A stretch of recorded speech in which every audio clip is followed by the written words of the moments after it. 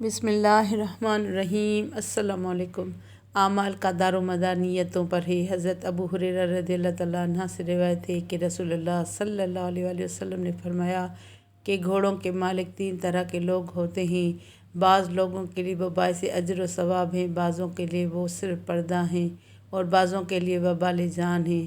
جس کے لیے گھوڑا اجر و ثواب کا باعث ہے، یہ وہ شخص ہے جو اللہ کے راستے میں جہاد کی نیت سے اسے پالتا ہے، پھر جہاں خوب چری ہوتی ہے، یا فرمایا کہ کسی شاداب جگہ اس کی رسی کو خوب لمبی کر کے باندھتا ہے تاکہ چاروں طرف چر سکے، تو گھوڑا اس کی چری کی جگہ سے یا اس شاداب جگہ سے اپنی رسی میں بندھا ہوا جو کچھ بھی کھاتا پیتا ہے، مالک کو اس کی وجہ سے نیکیاں ملتی ہیں۔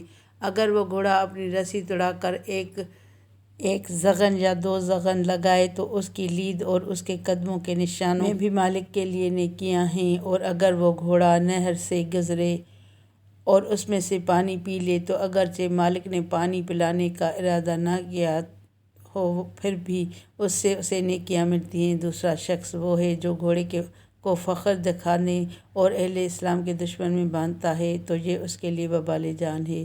صلو علی الحبیب صلی اللہ تعالیٰ علی محمد صلی اللہ علیہ وآلہ وسلم۔ ویڈیو کو لائک کر کے چینل کو سبسکرائب کریں اور بیل آئیکن کو دبائیں تاکہ میری آنے والی ہر نئی ویڈیو کا نوٹیفیکیشن آپ کو سب سے پہلے ملے۔